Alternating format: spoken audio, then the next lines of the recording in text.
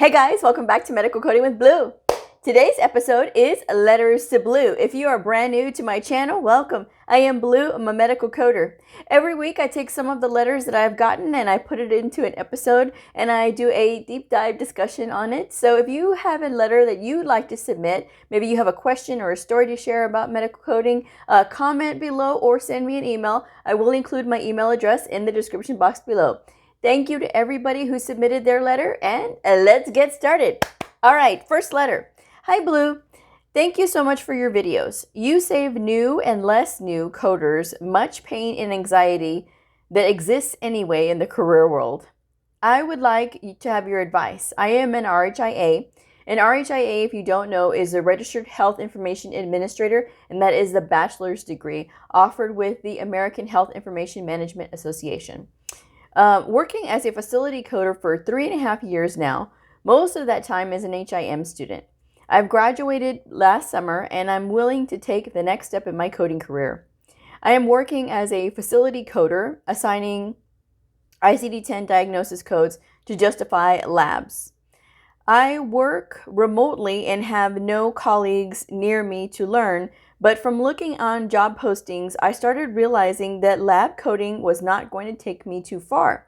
Please share with me what you think. Should I apply for a profi coding position? How can I push my career forward? I shared my willingness to grow with my boss. She offered me to be patient, and then when I asked her about the profi coding position, she said that was under another department and different management. She was not happy about the idea. Please share with me your thoughts. All right, so here's the thing. When it comes to having your degree, this degree is very expensive. The RHIA and the RHIT, they're both very expensive degrees. When you get your degree, you want to be able to maximize what you've learned. So by all means, please, I beg this viewer, please go and apply for positions that are requiring the RHIA degree. Use your degree, especially while it's fresh in your mind. You haven't been out of school too long. And quite honestly, you working as a facility coder, just assigning ICD-10 diagnosis codes, that is something that it's not going to be challenging enough for you in the long run. And you're going to get bored with that really quickly.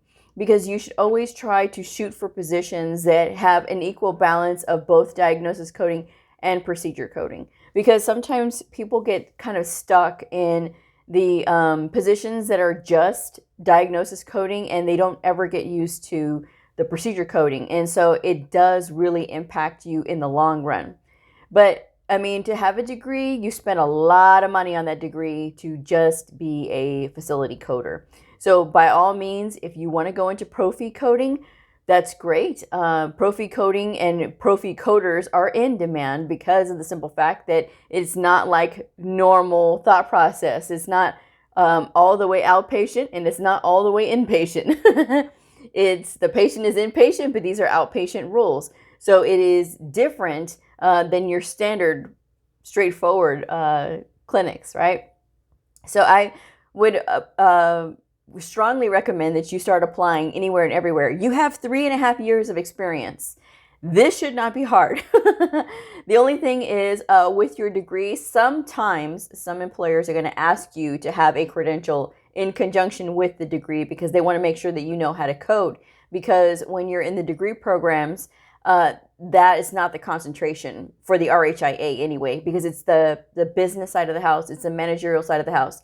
Yes, they do cover it, but that's not their concentration because typically RHIAs are like the head of the department. They are the executives in the executive suites. That is what they do. That is the reason that they are created, because they need leaders for our industry. And that is usually what RHIAs do, is they settle into those leadership positions. So absolutely, I would go ahead and start applying anywhere and everywhere.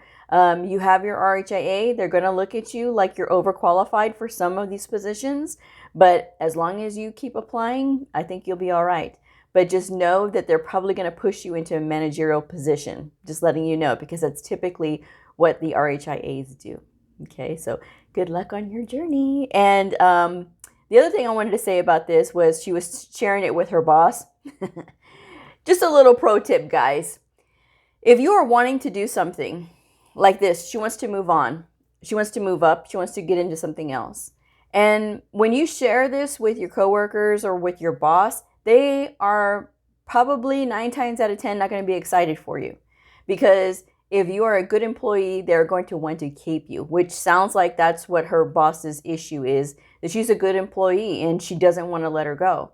So she's going to say, oh, just be patient. It's really not the time, because maybe selfishly, she doesn't want her to go away because she enjoys her being there, or she's a really hard worker and she wants to make sure that she keeps her. So you have to decide for yourself. When you're asking other professionals for advice, you really do need to kind of think outside the box and not people that are in your immediate vicinity, because once that goes, it's like Matchbox house, right? You're gonna or what is it, matchstick house, right? It's just gonna go up in flames, because sometimes people are gonna want you to stay and they're gonna do everything they can to keep you, or they're gonna start telling you a bunch of things that is gonna discourage you. So really, you have to kind of keep your cards close to your vest. Ask another person that is not in your facility. Try to reach out to somebody in the associations, so that way you can find out what their opinion is. But asking like your boss, that's a little too close to home. And again, you never know how people are going to take things. So it's better, if you want to do things and make a good objective decision, then you need to have objective advice, objective advice, not subjective, because people are going to be like putting their opinions in it. And if you have another professional who doesn't really know you, then that might work out better for you, because they have no dog in the fight. This boss does. She wants to keep her good employee. So this is my advice. All right, next letter. Hi, Blue. I recently came across your YouTube channel and I love your videos. Thank you. I am a recent Certified Coding Specialist program graduate, and I sat for my CCS exam last month. I unfortunately did not pass, and I'm now trying to decide on retaking the CCS or going for my CCSP, the Certified Coding Specialist Physician Base, if you didn't know. I seen on AHIMA the CCSP seems to have a lot more on compliance and revenue cycle in its list of test domains. I see you have multiple credentials and was wondering if you could give me any advice on which exam might be easier. I would look to pass and start working and getting on the job experience to go back and test for more credentials. I appreciate the help that you can provide. Your videos are awesome. I will continue to watch to help prepare for my exam when I know which one I will choose. LOL. Thanks in advance for any help. All right, so thank you for your letter. And I think you might be confusing me with somebody else, because I currently only have one credential. I have the Certified Coding Associate, and that is a credential with the American Health Information Management Association. A lot of people are very shocked by this. But don't worry, guys. It's not going to be that way for very long. But again, when it comes to what credentials to sit for, which one might be easier, they're all difficult. It just depends on what you want to do, what settings that you want to go into.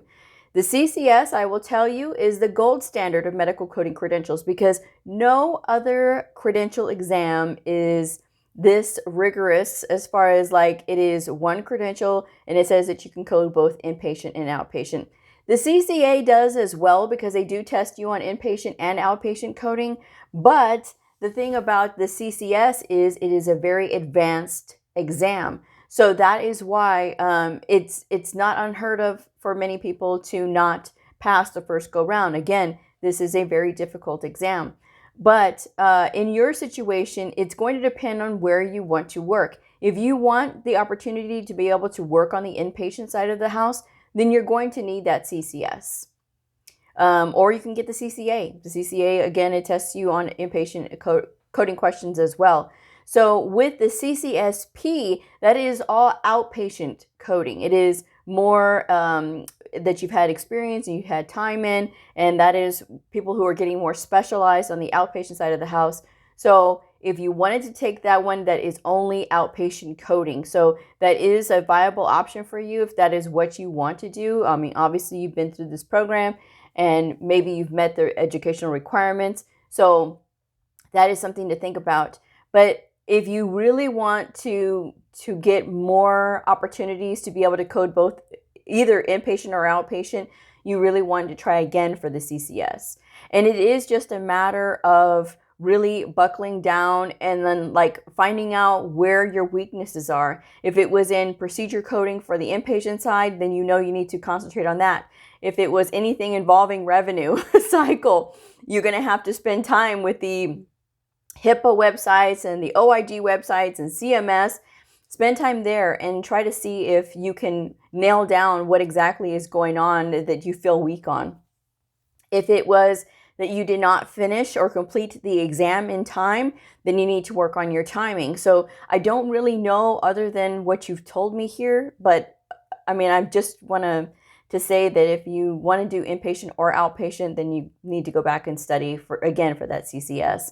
If you want to stick to the outpatient setting, then the CCSP is a way to go. Okay, or you can always start with the CCA. Nothing wrong with the CCA. And before people say no one asked for it, that is not true, because I've done many job listing reviews and plenty of people are asking for the CCA. I'm just saying. All right, next letter. Hi, Blue. Thank you for your channel. I love your content and information. Thank you. My question is this. I am currently in school to get my associate's degree in medical information technology. This is not a CHIIM accredited program, the Commission on Accreditation for Health Information in Informatics Management. Therefore, I would not be eligible to sit for the RHIT credential.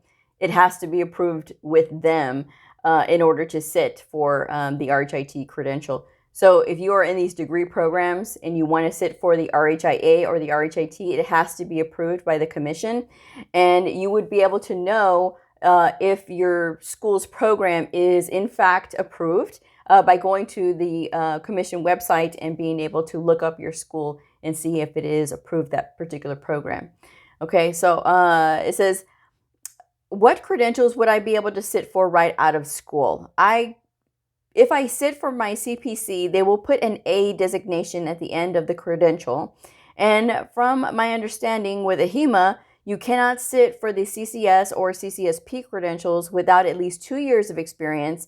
You can only sit for the CCA, but all the job postings seem to want the CCS, CCSP, or the CPC without the A at the end, or the RHIT credential.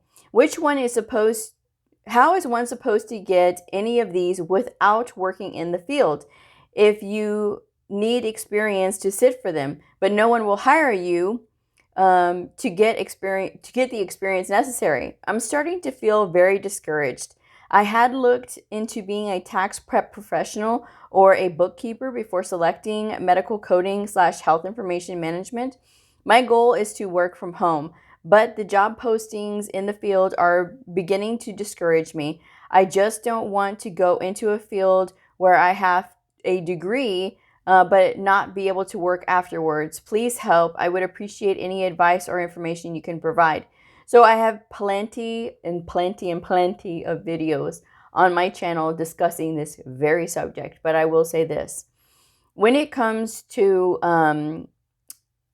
you're in college and you're getting the degree, and you're going to have this piece of paper that you can't sit for the RHIT, but you've had all of your main courses like anatomy, medical terminology, and pathophysiology, that kind of thing. That's going to help you because you can put that on your resume, right? That you've had this formal training.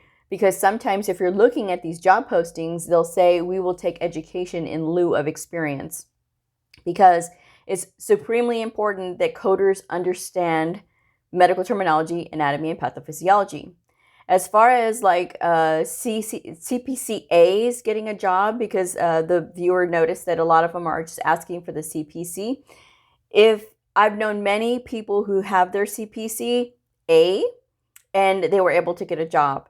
So it's going to take a lot of effort in the beginning. We all have gone through this. This is the one thing I really dislike about this field is because everybody wants experience.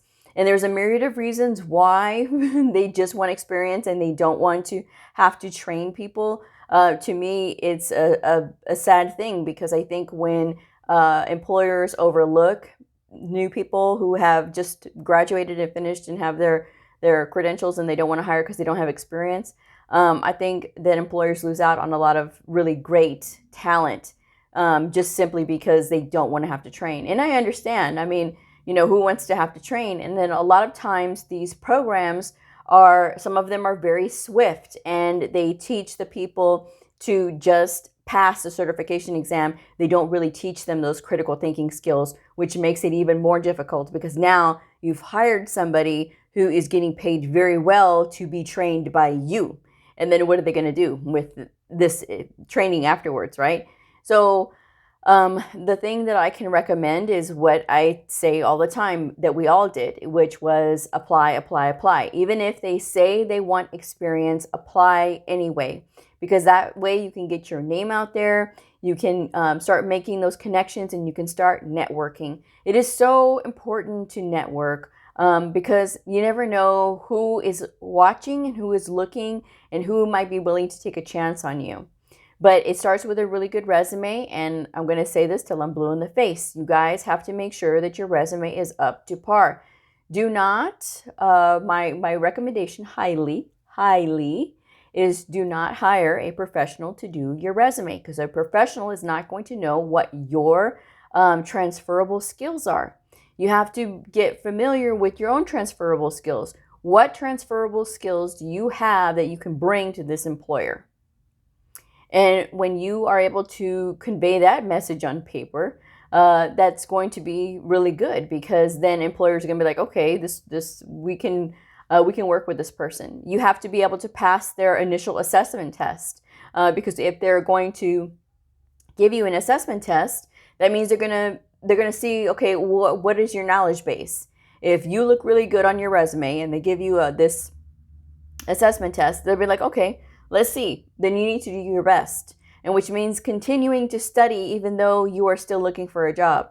When I was looking for a job, I had 2 and 3 jobs when I was looking for a job. I was incredibly tired. I was doing very physical work.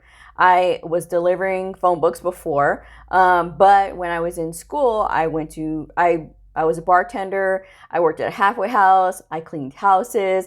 I did everything. So when it came to, looking for a job, I was constantly looking for a job because I was so physically tired of having to go through these manual labor jobs, and I was tired of it. I wanted to find a job, and I eventually had to go back to the school and ask them for help. And they had put me in touch with a lady that had her own employment temporary agency, and she employed people who were in the medical field. So medical coders was one of them, and that was how I got my foot in the door. So sometimes you have to register yourself with these temporary agencies that are in your area to see if you can get an assignment, because when you get hired on or when you get yourself registered with a temporary agency, they're going to be able to say, okay, this person is ready and they're available for work. And usually they'll tell you like within 24 hours, sometimes they'll tell you the same day. But when I went to apply with a temporary agency, I filled out a paper and with all of my information and stuff. And then I told them about my skills and that, I had just finished school and I'm trying to get in as a medical coder. And my first job was with the Cancer Therapy Research Center. So that was how I got my foot in the door. And it took about a week, but they put me in contact with that, set me up with a 3-month assignment because that was how long the assignment was for. And that was okay because it was still getting experience on my resume, right? And it was after that I didn't get picked. There was 3 of us that were doing that temporary assignment. They only wanted 1. I didn't get picked, and it wasn't because I didn't have technical ability. I just didn't get picked. I just didn't, it was not the position for me, which because of that literally led me to another offer for another position that I ended up getting. But I had to move away from home. I had to move. Don't mishear me when I say this, because whenever I mention this, I get emails from people, Blue, I can't move. I'm not telling you guys to move. I am telling you, this is my story. This is what happened to me. And this is what I had to do. This was my journey into this. But that second job that I had to move away and move to led me to where I am now. So, I mean, it just depends on what is your situation. If you can't afford to move, then guys, don't move. All right. I'm not telling you to move, but you do have to look at those other avenues, like the temporary agencies, because sometimes people don't think about those. And they're like, well, I don't want a temporary job. I want a real job. Well, I thought that too. And, sometimes you just have to kind of like just go with it. Because at first I was resistant myself. I was like, I don't want a temporary agency. I want a real job. And they said, but the more experience you have and the more variety that you have on your resume, the more you're going to look good to employers. So guys, continue to apply for those other positions that are alternative. Prior authorizations, medical billing, risk adjustment coding, and medical records. Start in those types of positions if you can't get a job in medical coding right away, and continue to apply for those. So that is my advice on, if no one will hire you until you get experience, because that's what we all go through. But that's why I always tell people who get into those degree programs, then take a chance on new people. So that way the culture can change a little bit. And then, employers won't be so hard to start new people who have no experience. That's just my advice. All right. And the last letter, because I'm almost out of time. Hi, Blue. I just signed up for the CPC certification through an online school, and it was provided by a local community college, and it includes a voucher for a 1-year membership to AAPC, as well as the cost of the exam plus 1 free retake. I learned through your video that you were unemployed when you signed up for medical billing and coding. I am in the same boat too. Now I have a question. I have been an optician for 10 years with experience in billing and coding, specifically in optometry. Would that count as experience once I am certified and looking for a job? Actually, yes and no. Yes, in the fact that I know opticians select codes, right? You're just selecting codes. That's not technically code abstraction. When you are actually applying codes and applying codes as in you're looking at the documentation and you're going through that thought process and picking out those codes that are applicable for this visit, and you're making the decision on what level it needs to be, that's actually medical coding. This is code selection. So you can put on there that you do have ICD-10-CM and CPT knowledge. So that is what you can explain when you are in your interview, because most people, they don't have that hands-on experience with that, and you do as far as selecting those codes. So yes and no, but you do need to be very clear about what you did, so that way these people can understand that it wasn't actually that you're reading and going over and abstracting. It is that you were selecting, and it's a little detail, yes, but you still have a little bit more knowledge about coding going in because you've done that for 10 years. So congratulations, but I wish you luck on your journey. So thank you so much, guys, for joining me, and I'm going to go ahead and wrap this one up. If you have a letter that you'd like to submit for a future episode, again, comment below or send me an email. And I hope that you've subscribed already. If you haven't already, I hope if you found value in this video that you share it and that you give it a like. And I will see y'all on the next video. So if you are a medical coder, a medical coding student, somebody curious about the fascinating world of medical coding, a provider, or a nurse, I invite you to like and subscribe and follow me on my journey in medical coding. I will see y'all next time. Bye.